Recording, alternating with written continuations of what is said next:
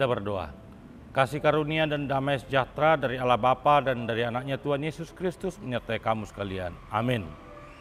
Bapak, Ibu, dan saudara yang terkasih, firman Tuhan yang menyapa kita pada hari Sabtu tanggal 29 Juli tahun 2023 diambil dari Pengkhotbah 7 ayat 2. Pergi ke rumah duka lebih baik daripada pergi ke rumah pesta, karena di rumah dukalah kesudahan setiap manusia. Hendaknya orang yang hidup memperhatikannya. Demikian firman Tuhan. Bapak, Ibu, dan saudara yang terkasih, melihat dari firman Tuhan ini sebenarnya bukan untuk melarang manusia atau kita untuk pergi menghadapi pesta-pesta. Apalagi orang Batak tidak bisa dilepaskan dari namanya pesta. Bahkan hidupnya adalah hidup pesta.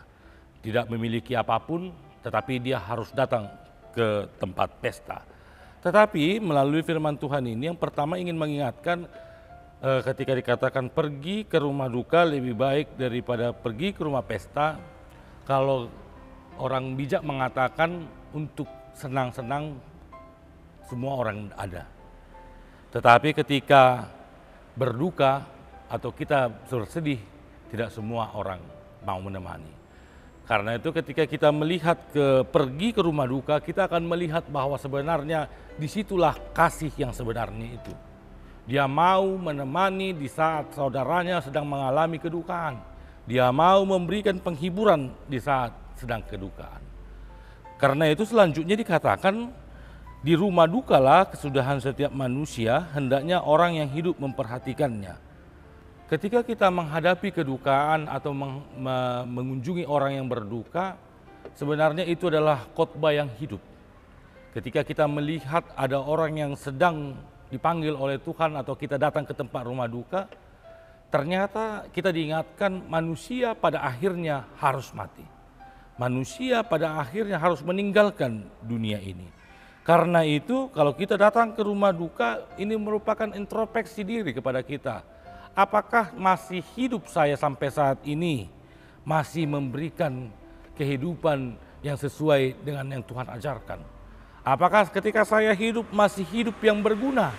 Jangan sampai kehidupan itu lenyap dari hidup saya, tetapi saya tidak memiliki arti apa-apa di dalam kehidupan itu. Karena itu hendaklah orang hidup memperhatikannya selama manusia masih hidup, dengan datang ke rumah duka, bahwa kita diajarkan manusia pada akhirnya terbatas. Karena itu selagi masih diberikan kehidupan, mari bekerja, mari berbuat yang baik, mari lakukan firman Tuhan. Jangan ada penyesalan di akhir ketika Tuhan sudah memanggil kita dan kita belum berbuat apa-apa. Amin. Kita berdoa. Terima kasih Tuhan, kami telah mendengarkan firman-Mu. Ajar kami untuk memakai hari kami. Dengan ketika kami datang ke rumah duka, kami diajarkan bahwa hidup ini pada akhirnya harus meninggalkan dunia ini.